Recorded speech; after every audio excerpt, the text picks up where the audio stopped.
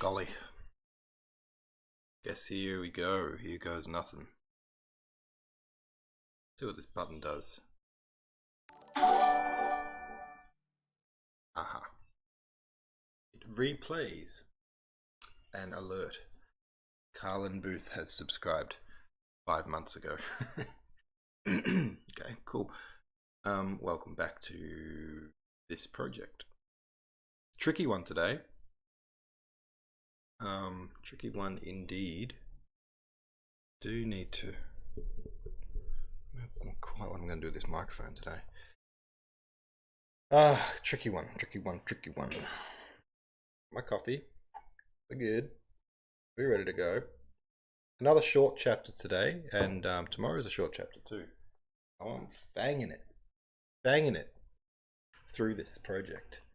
Talking to no one at the moment, but you know, this will be the introduction. If anyone, I can't see why anyone would, but if anyone wants to re-watch these, they're in a playlist on the Launchpad Writers Club YouTube channel. I guess it's good background noise, eh? What was I thinking about this chapter? This chapter, I just had a skim read. It's a good chapter. It's actually a funny chapter, but it's a short chapter, but it's also a very hard one to do this with, because as you can see on this first page of it, you can see I've had to look up the word diaphanous because I couldn't remember what it meant. Kutuzov fell back towards Vienna. It's this first chunk of text here is talking about military maneuvers, and then it's talking about scenery where they are, and then there's some more kind of setting the scene, and it can be a little hard to convert that to be more Aussie, if that makes sense. It's straight narration, there's no dialogue, and also there's kind of no action, you know, like there's no things happening. It's just a description of what's happening. It's a description of the situation. So that can be hard. And then further down the chapter, this is one of the moments I really love. This moment of the book, and I remember this from 3 years ago. I remember this exact scene, which is saying something, because it's, you know, it's a bloody big book. It's 365 chapters. A lot of things happen in that amount of time, and this is one of the things that I remember, because you've got these soldiers, and they're looking down on the battle that they're about to fight. Like, the Russians are about to fight the enemy, and they're looking down over this village. They can see off in the distance the enemy troops, and then they can see down below their own troops, and they're closing this gap between them, and there's a village down there somewhere as well. And the village is not part of the war, obviously it's off to the side, but the soldiers are just kind of goofing around.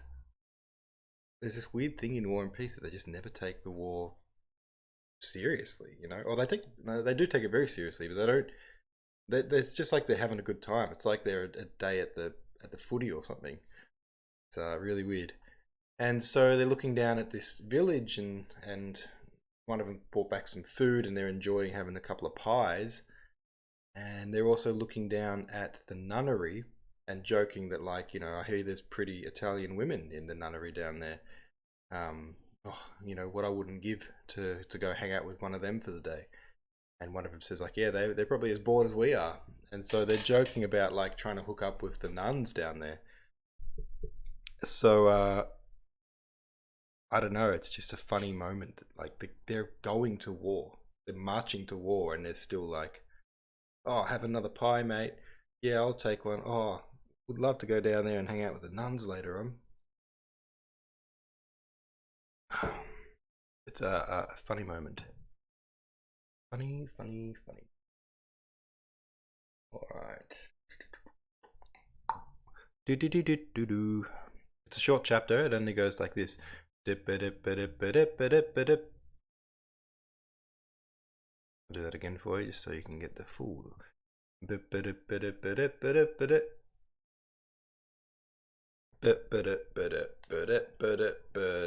12 burps. So That's cool. By the way, I don't know if you've noticed this, but I've got a hat on. Ooh, anyway, moving right along there. This needs to be set to 120. It will match up nicely, and I'll just make sure we're all in frame there. We're all nicely in frame there.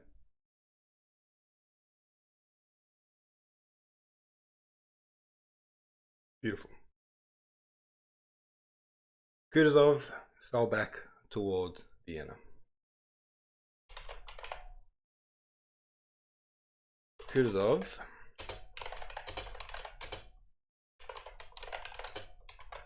Vienna.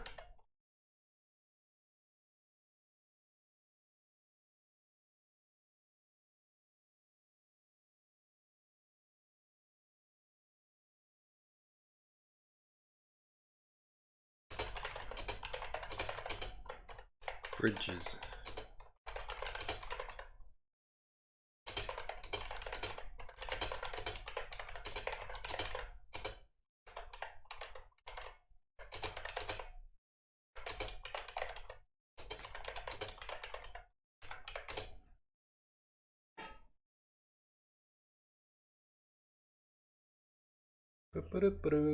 Scooby-Doo. One sentence down. Bringing. God, I have to give this a serious proofread. The good thing about this is that I'll read my versions. I think I'm going to just read my versions from now on the podcast. And in doing that, I'll be able to give, I'm basically proofreading them out loud, which is the best way to proofread.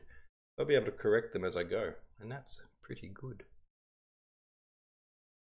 And that just made me realize that what I should do is not use the hardback, the printed paperback version when I do the readings. I should just use the Word file, and then if I find a mistake, I can just correct it in line while I read.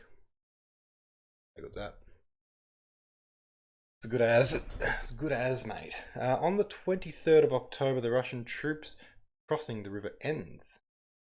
At midday, the Russian baggage train, the artillery, and columns of troops were defiling through the town of Enns on both sides of the bridge. Defiling is a confusing word to use there. I think it just means filing. They weren't destroying the town or anything like that. 20.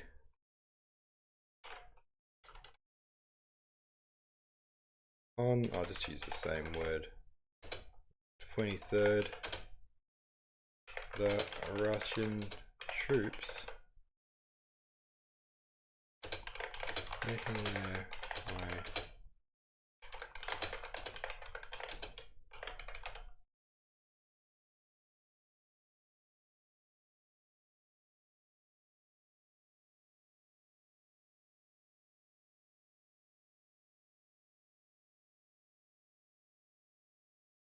crossing the river Enns.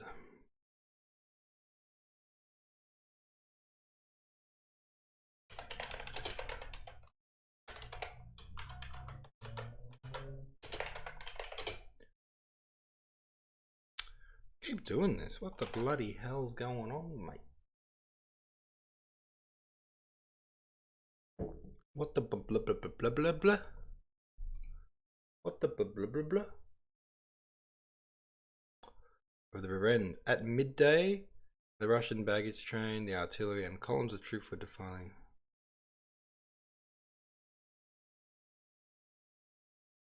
Going through the town on both sides of the bridge.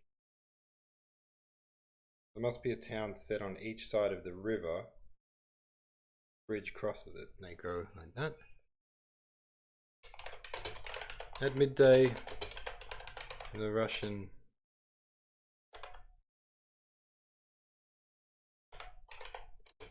baggage train, artillery,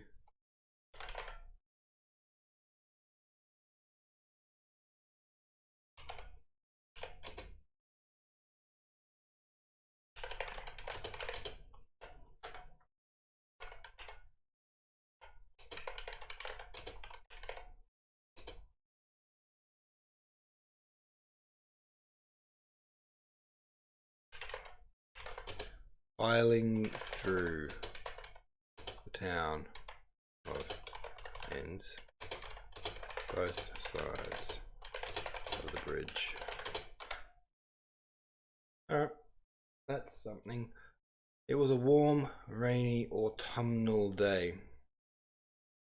The wide expanse that opened out before the heights on which the Russian batteries stood, guarding the bridge, was at times veiled by a diaphanous curtain of slanting rain, and suddenly sprout out in sunlight. Far distant objects could be clearly seen glittering, and then suddenly spread out in the sunlight. Down below, the little town could be seen with its white, red-roofed houses, its cathedral.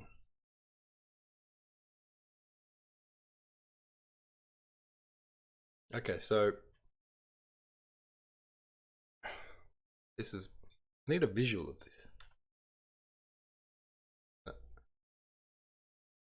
Town of Ends.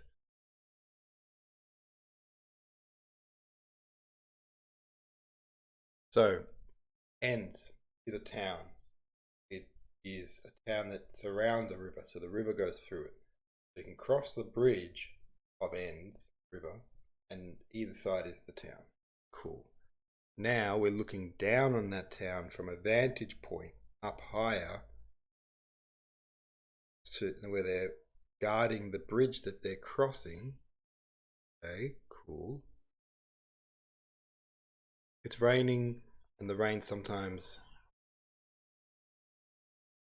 veils the bridge, but in other times you can see far distant objects in the sunlight. Down below, the little town can be seen in its white red roofed houses, its cathedral, its bridge, on both sides of which stream jostling massive. Right, yeah, we've got that bit already. Cool. Oh, it doubles up on that. Cool. Get more vivid imagery there. At the bend of the Danube. Is that the name of the river? Vessels, an island, and a castle with a park surrounded by the waters of the confluence of the Ends and the Danube became visible, and the rocky left flank of the Danube covered with pine forests with a mystic background of green tree tops and bluish gorges. The turrets of a convent stood out beyond the wild virgin pine forest, and far away on the other side of the Ends, the enemy's horse patrols could be discerned. So, there's two rivers, Danube and Ends. I gotta look up a visual. Danube River and Ends. Ends. The Ends is a southern tributary of the river Danube, joining northward at Ends, Austria. Okay. Okay, so they meet at the town of Ends. We're not all familiar with Austria. Tolstoy. Where is the town of Ends? Oh, look at this. I'm seeing Linz. We talked about that before. All right, Danube. Oh, okay. Okay. I'm seeing what's happening. We've got a river called the Ends, and it most likely goes this way. And at the top of it, there's a bigger river, goes like this. Big river, Ends trickling down from it. The big river is the Danube. Little one trickling down of it's an offshoot of it, is the Ends. And here, on the offshoot, is the town of Ends. They are somewhere with a vantage point looking over all of that. So they're above Ends. Cool. Alright, visual.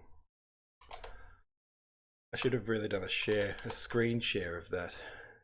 But no one's watching anyway, so who cares? Alright. It was a warm, rainy, autumnal day.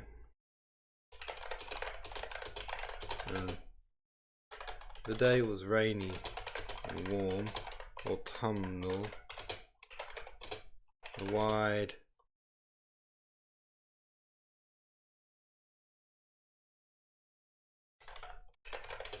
the Russian batteries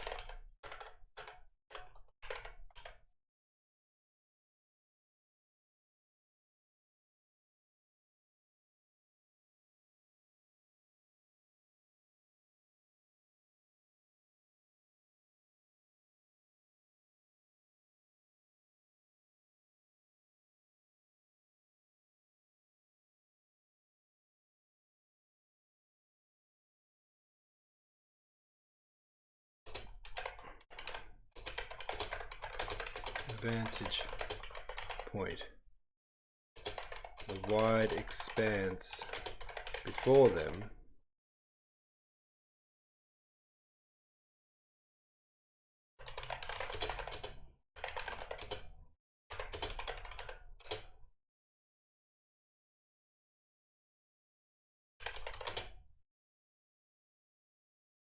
the Russian batteries stood, guarding the bridge in ends from far above at a vantage point.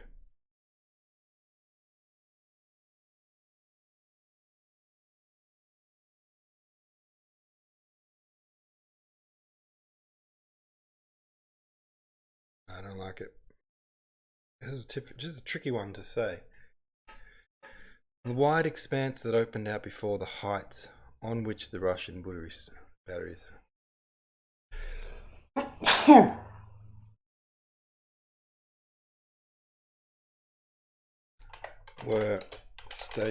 were guarding the bridge from across the expanse.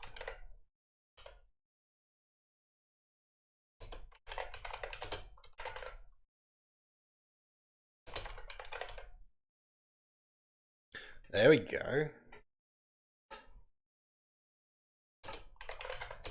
Was at times obscured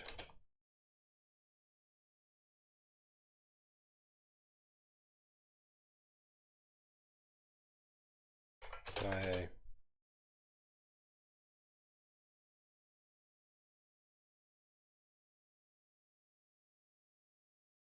diaphanous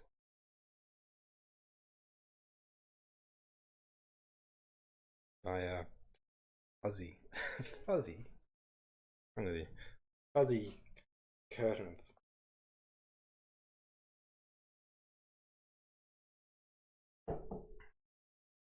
Fuzzy.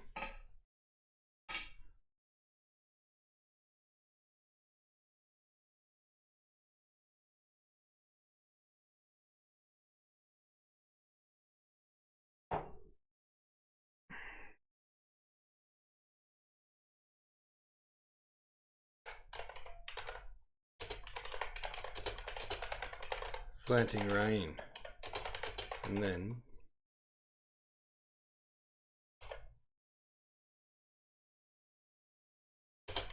beyond the sun shower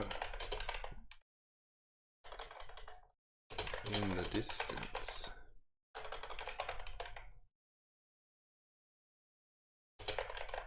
there'd be far off objects glittering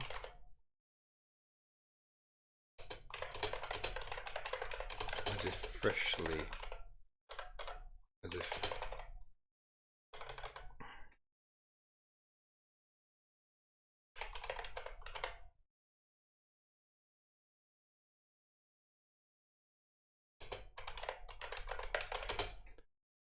if freshly varnished.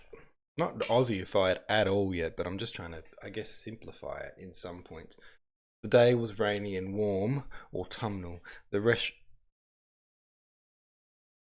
Russian batteries were perched high above, guarding the bridge from across a wide expanse, which was at times obscured by a greyish curtain of slanting rain. And then beyond the sun shower in the distance, there'd be far off objects glittering in the sunlight, as if freshly varnished.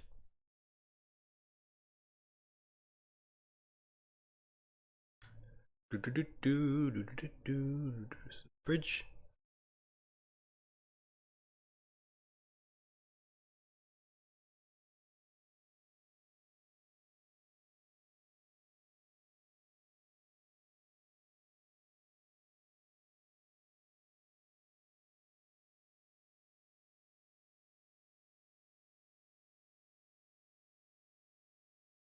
I don't have to do this.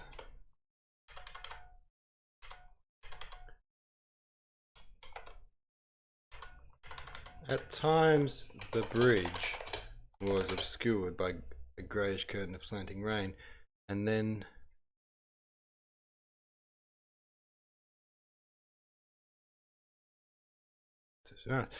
down below,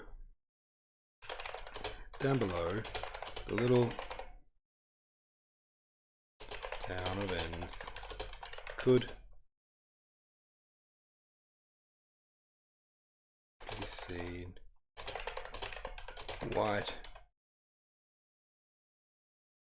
red roofed.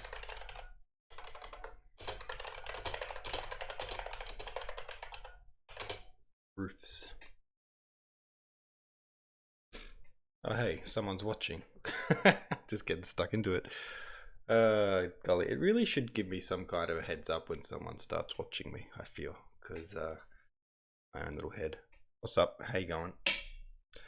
I'm working on this chapter. It's a very short chapter, but it's a really hard one to do this with, because it's kind of like the first chunk is just describing the setting and this kind of military situation, the setup of what's happening with their troops, and there's really not a lot of like action or dialogue or anything. It's just kind of describing a situation. So it's difficult to Aussify it. So what I'm doing instead is just trying to word it in simpler to imagine terms, because this second chunk, especially from it was a warm rainy day, it's not easy to visualize, I'd say. The day was rainy and warm. I don't like that. It was an autumnal day. It was an autumnal day, rainy and warm. I'll do a semicolon. The Russian batteries were perched high above, guarding the bridge from across a wide expanse. At times the bridge was obscured by a greyish curtain of slanting rain, and then beyond the sun shower in the distance there'd be far off objects glittering in sunlight, if freshly varnished. Down below, the little town of Ends could be seen with its white houses and their red roofs. Seen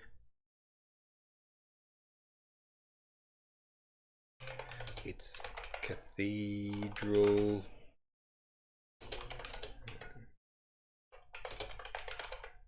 bridge.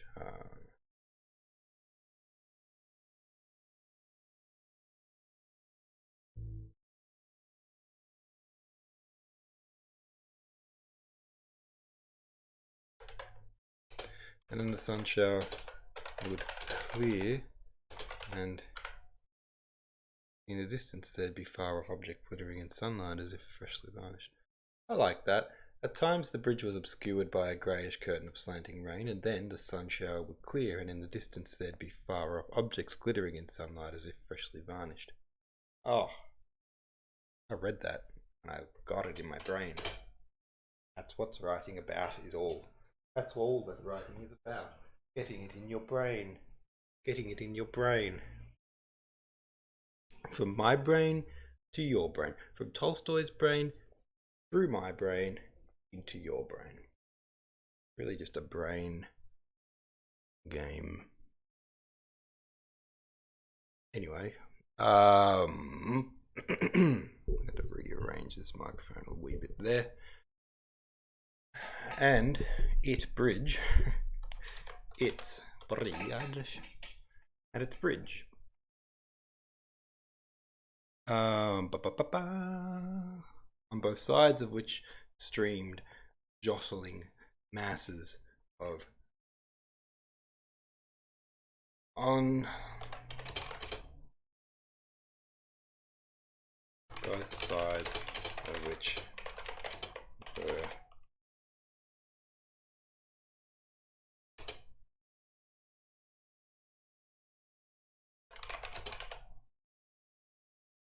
heaps of troops.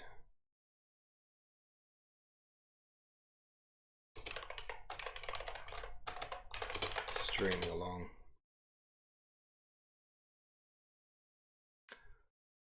It's clear on its bridge, on both sides of which there were heaps of Russian troops.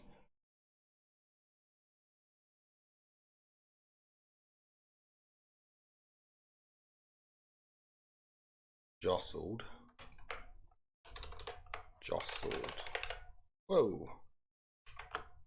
It's like, yep. Jostled. Heaps of Russian troops streaming along.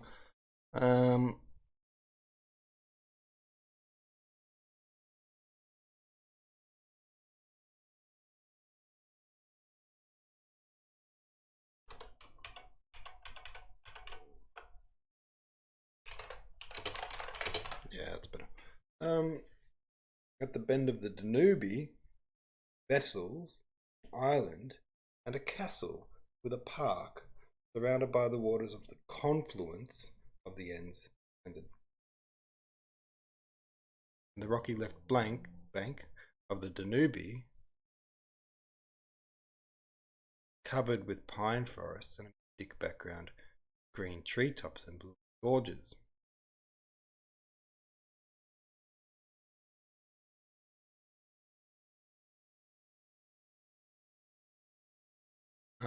Which was Vienna.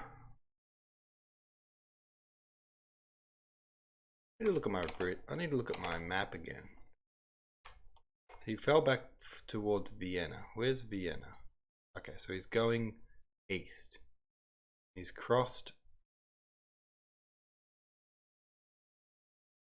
from Linz. First he went from Brunau and Traun near Linz. Traun. Oh, I found Traun. Okay. Cool.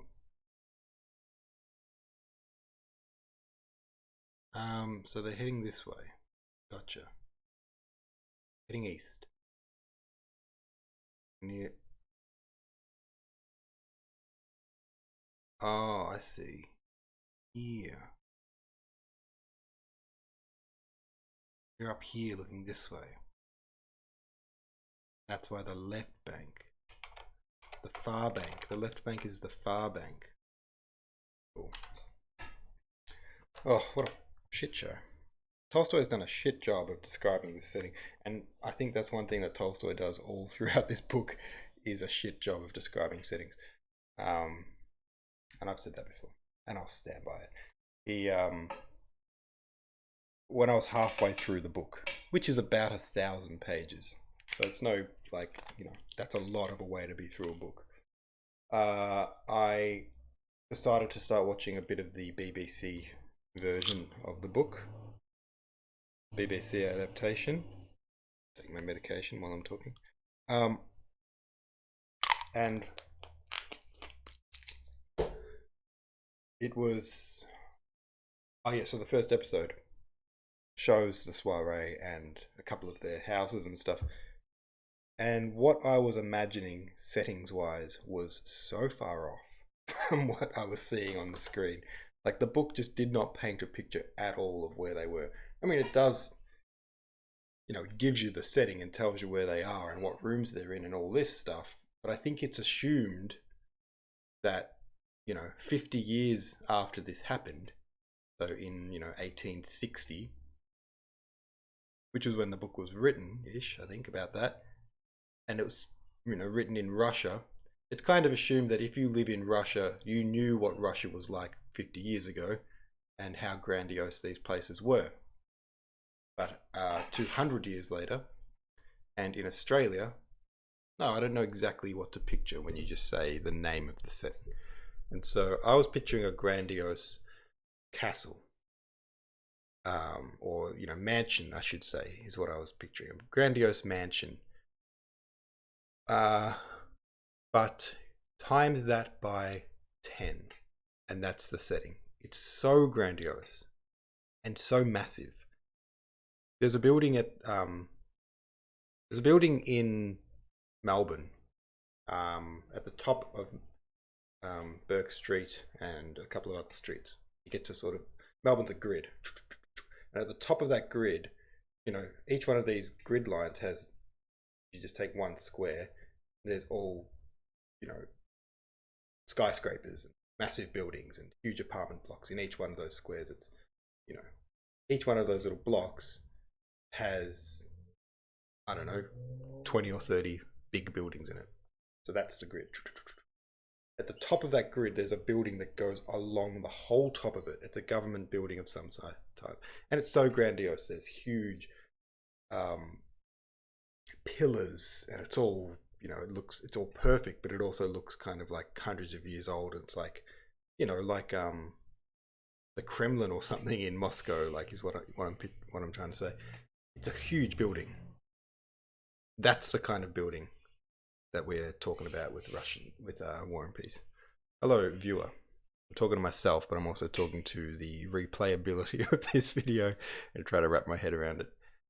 I'm talking about the grandiosity and the scale of the settings in War and Peace, and how Tolstoy doesn't do much of a job of capturing it at all, I don't think. It wasn't until I watched the BBC series that I got in my head a picture of what I should be picturing.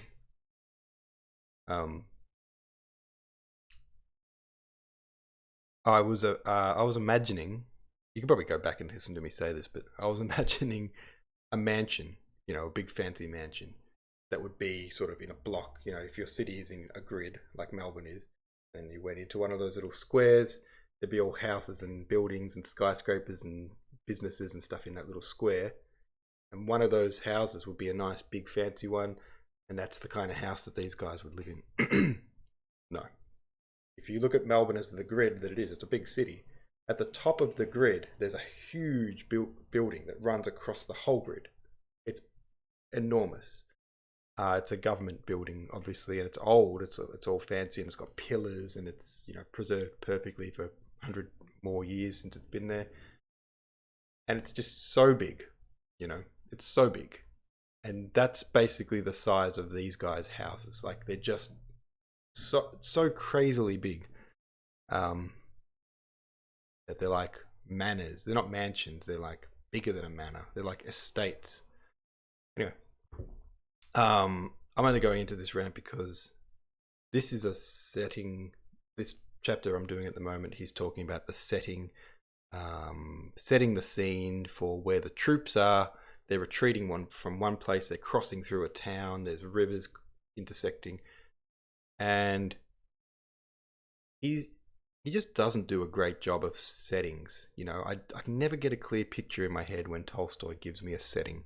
And even here, where he's describing it for a couple of paragraphs, I'm finding I'm having to look at a map of the area to try to like map it out in my head exactly what's going on. So in my version, I'm trying to simplify that. It's very hard to Aussieify this kind of thing, but I can at least simplify it so that when someone else reads War and Peace, they can picture it in their head without having to pull up Google Maps. All right. There's that. So, jostling masses. At the bend of the Danube, which is the bigger river that goes across the top of this area, vessels, an island, and a castle with a park, surrounded by the waters of the confluence where they meet, the Enns and the Danube, two different rivers, became visible. The Danube goes like this. They're retreating under it.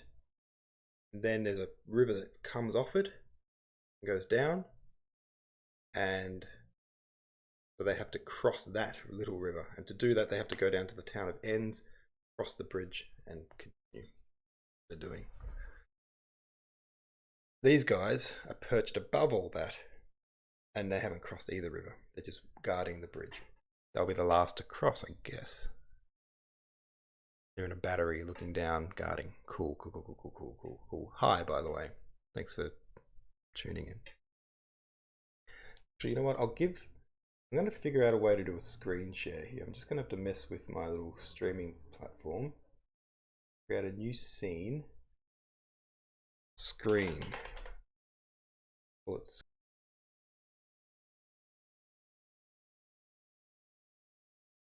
realize that if I do that, I can't do it while I'm streaming. Okay, hang on. What do I do here? Okay, I'll be blank for 2 seconds.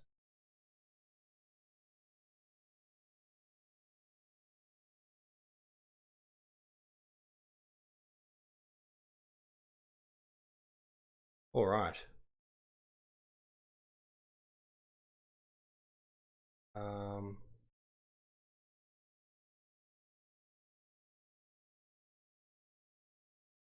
Play capture.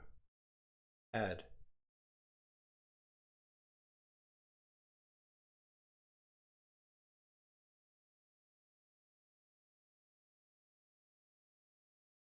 All right, there we go, full screen share. And what I wanted to show you all is this. All right, the ends. They have retreated from this way. You don't have to. How do you get rid of this crap? Piss off. All right. Okay, so you go this way. They're retreating. They're under the Danube. Now they've reached here-ish. Is it showing my mouse? Yeah, it is. Okay, now they've reached here-ish. They need to cross this river, and to do so they're going down into this town which has a bridge to cross it. And people are guarding this crossing, and I'm assuming they're doing it from here-ish. Because they have a view of ends and they have a view of this town. Cool.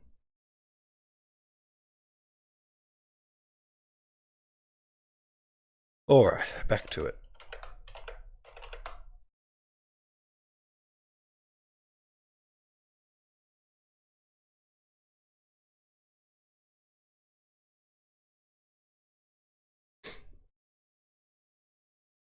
At the bend of the Danube,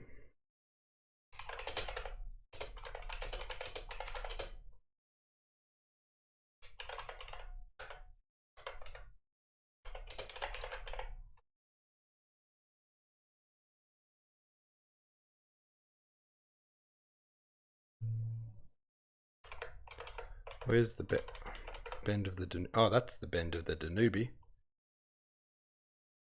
Is that that must be the bend of the Danube.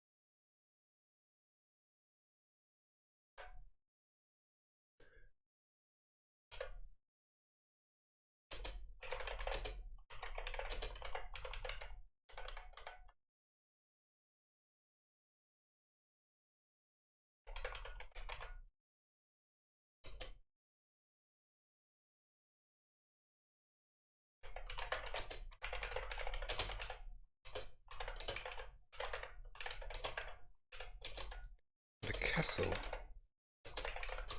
the park, surrounded by the waters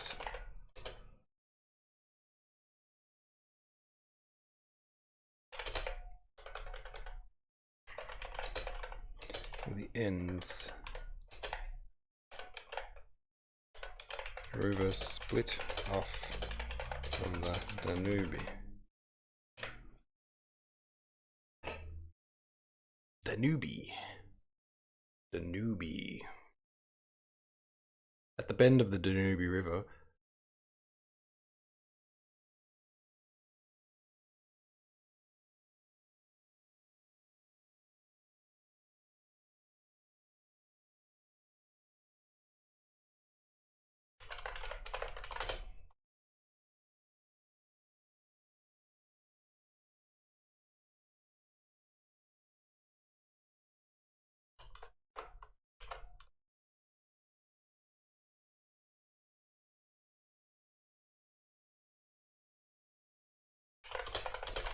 fluents where the end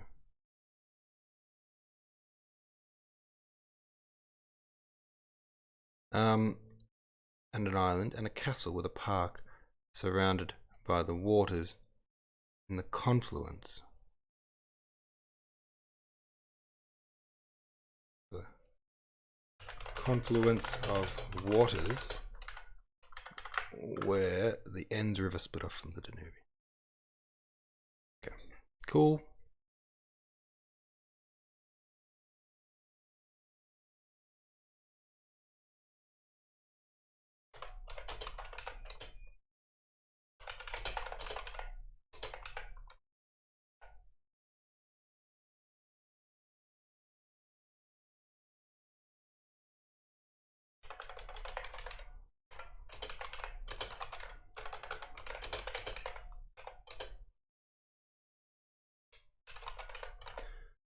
Bloody heck. Off the rocky far bank of the Danube.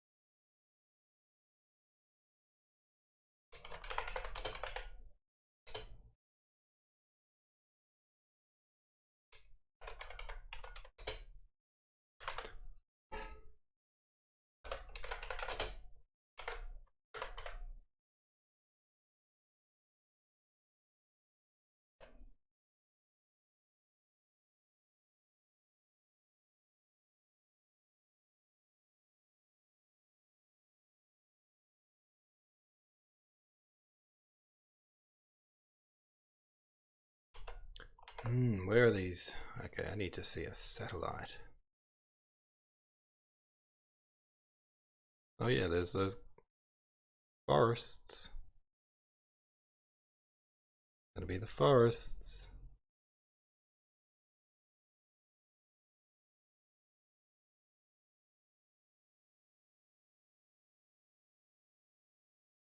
Very cool.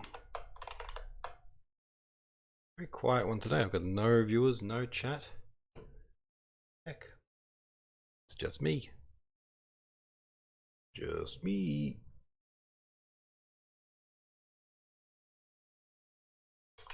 the turrets of a convent stood out beyond the white.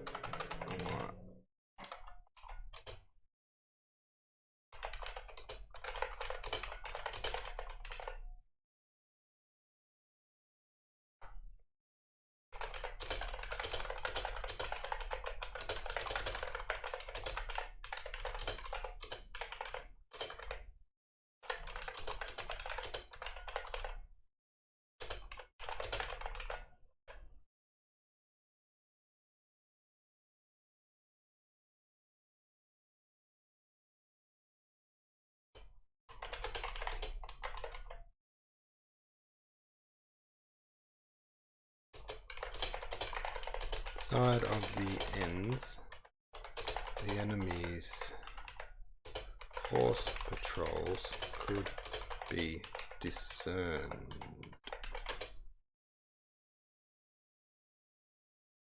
Awesome. Hey, we did it.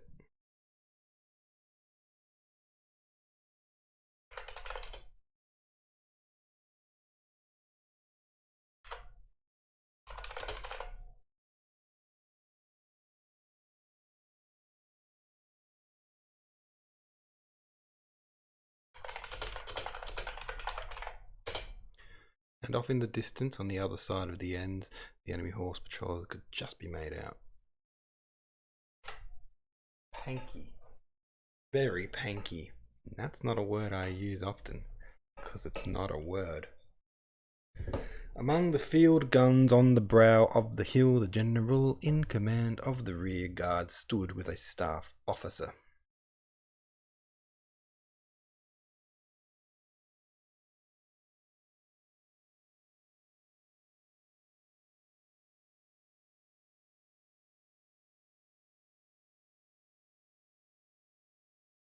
Rear guard. Cool.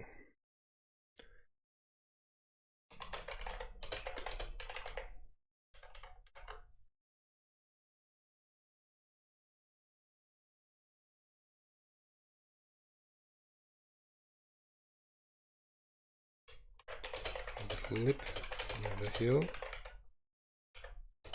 Among the field guns, the general in command of the rear guard stood with a staff officer.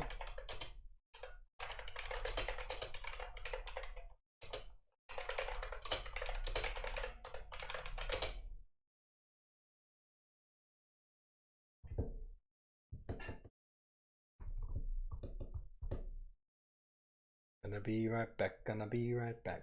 Whoa, stop the broadcast. I've just got to say something really important to you guys, and it's this. Oh, hold on. Whoa, hold the phone. Who the hell is this guy? Here. If you want to be this awesome, you can click the donation button down there and leave a little tip. Leave a little tip. Yeah, you want to do this, press the button, and I love it. So thanks. Anyway, I can't remember what I was going to say before that interruption, so I guess back to the broadcast? Question mark?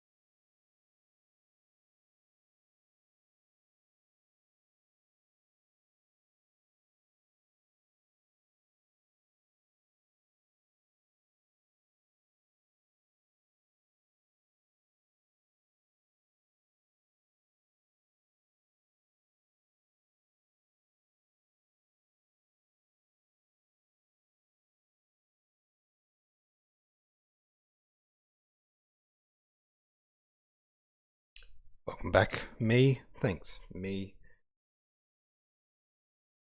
Because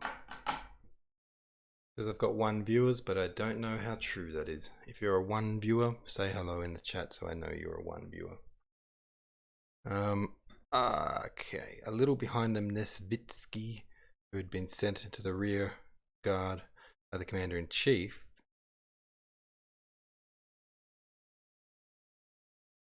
sitting on the trail, for gun carriage. Cossack who accompanied him had handed him a knapsack and a flask, and Nesvitsky was treating some officers to pies and real doppelkummel. The officers gladly gathered around him, some on their knees, some squatting Turkish fashion on the wet grass.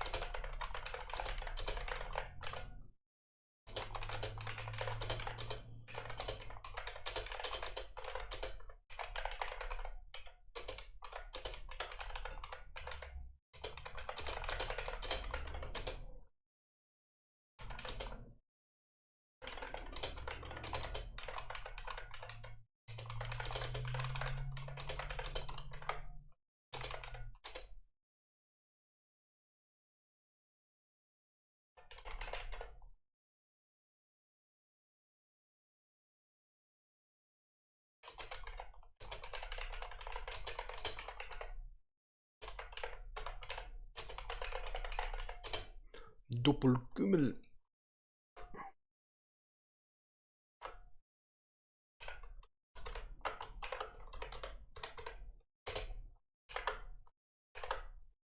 The officers gladly gathered around him, some on their knees, some squatting Turkish fashion on the wet grass.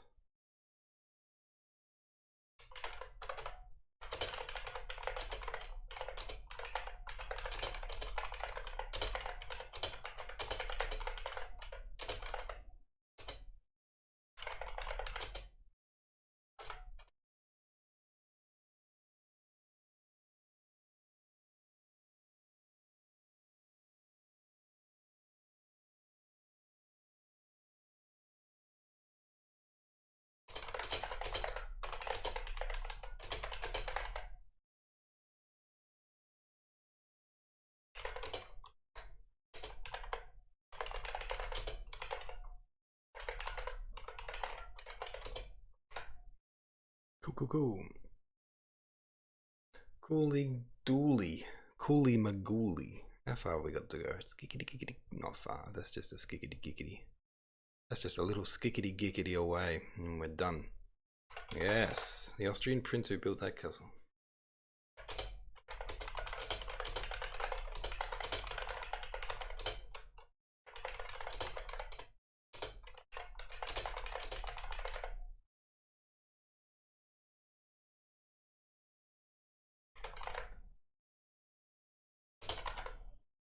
Yeah, nah, he was no idiot, the Austrian prince who built that castle. What a beauty. What?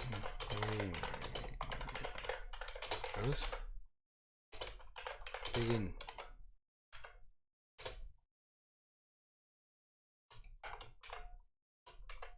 Kank. Levitsky.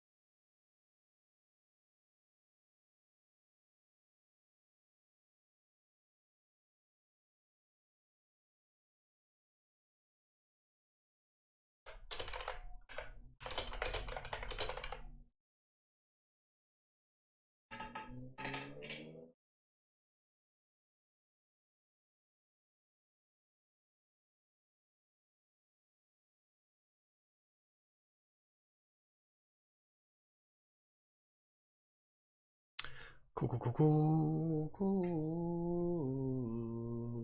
cool, cool. Awesome. Thanks very much, Prince. Answered one of the others.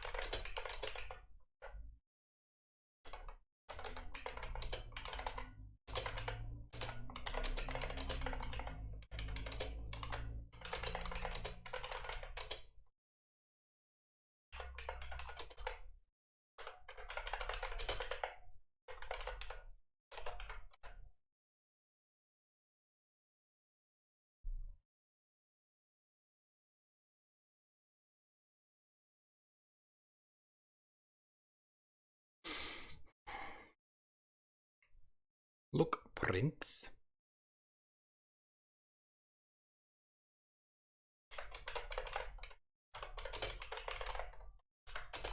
Said another. Who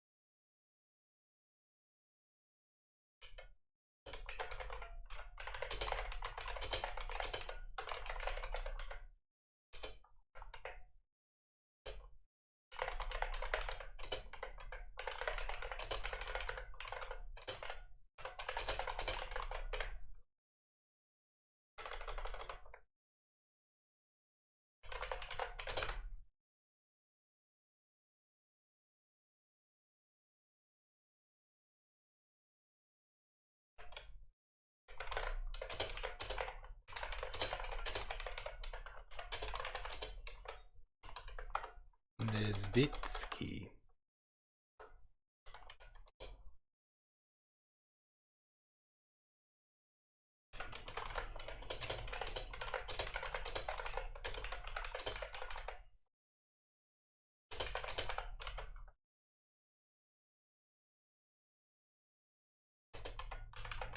How did he, munching a pie in his moist-lipped, handsome mouth, munching.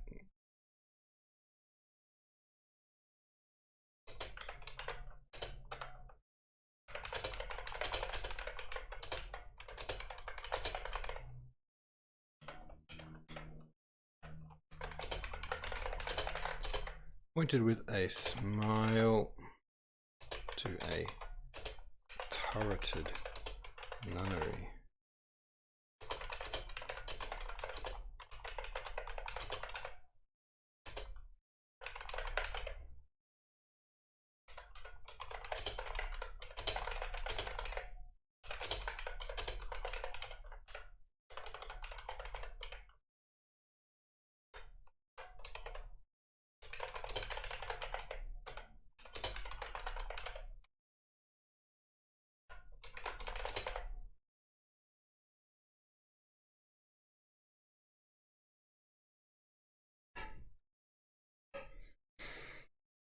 Just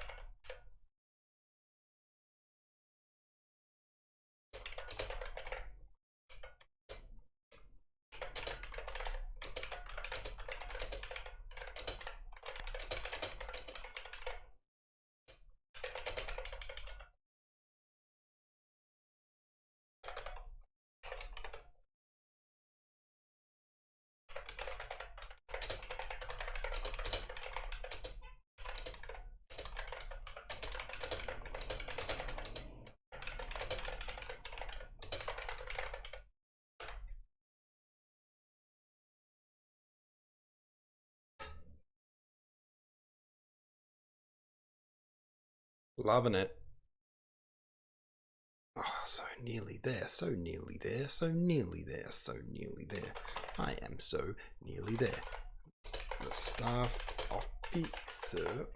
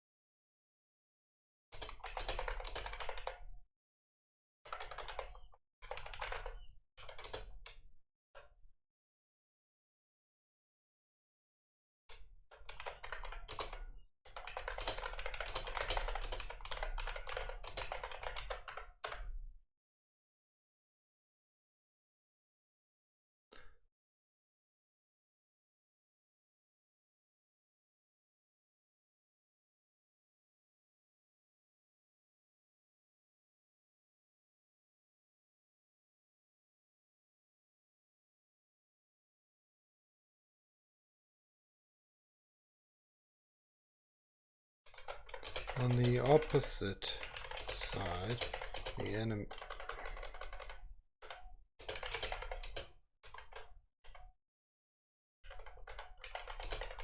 Enemy could be seen by the naked eye.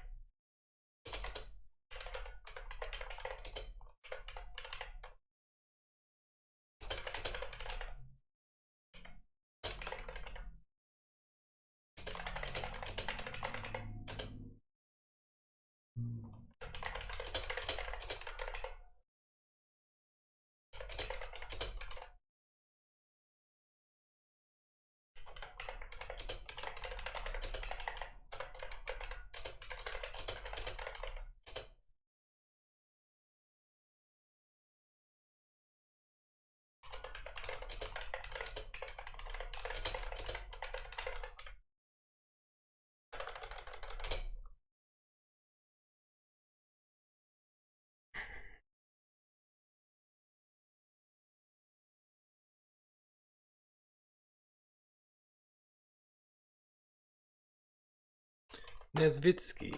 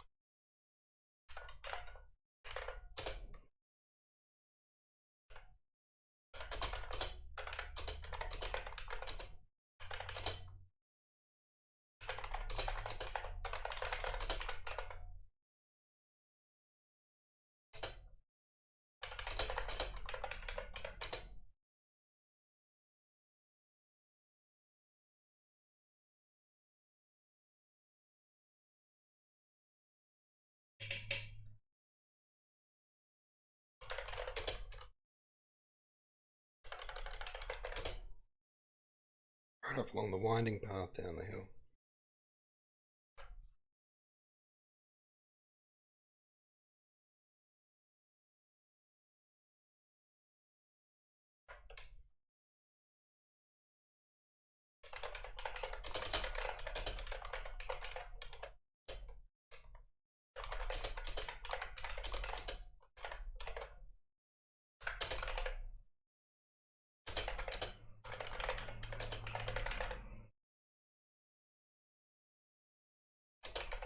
To an artillery officer.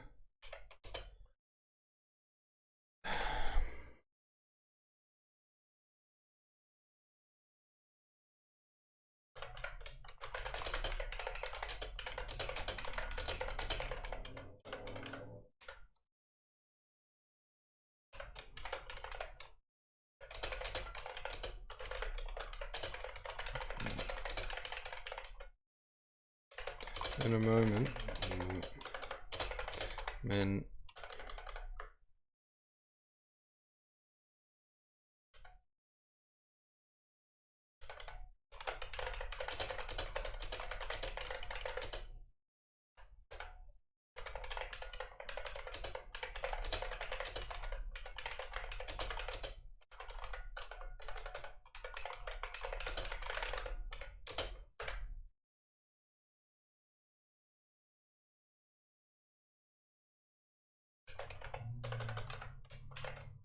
one came to command. Number one jumped briskly.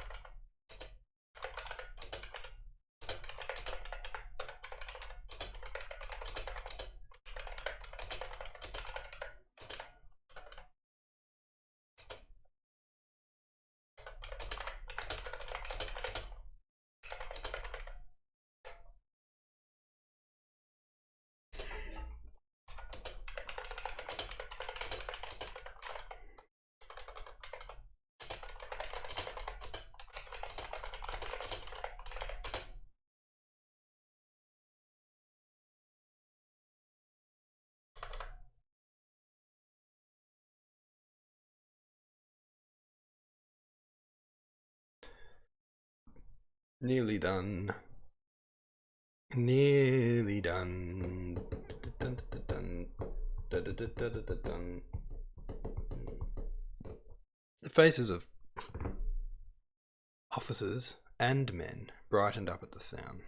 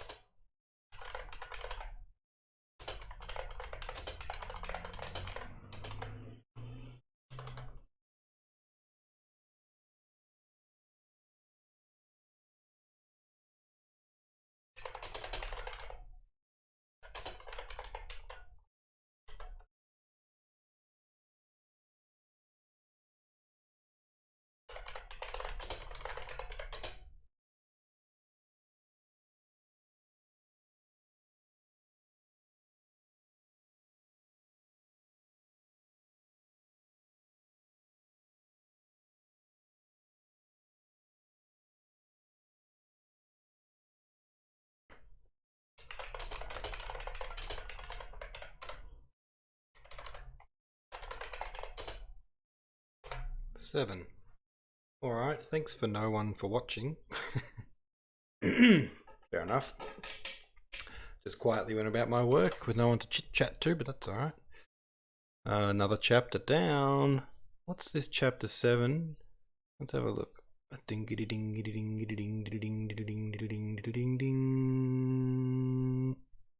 Alright, it's that long. It goes like that.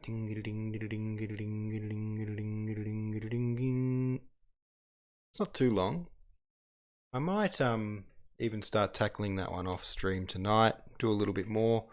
See if we can get a better head. So if we can go more than one chapter a day, then we're cooking with gas, baby. It's only 1:30 PM here, so I reckon I've got nothing else to do.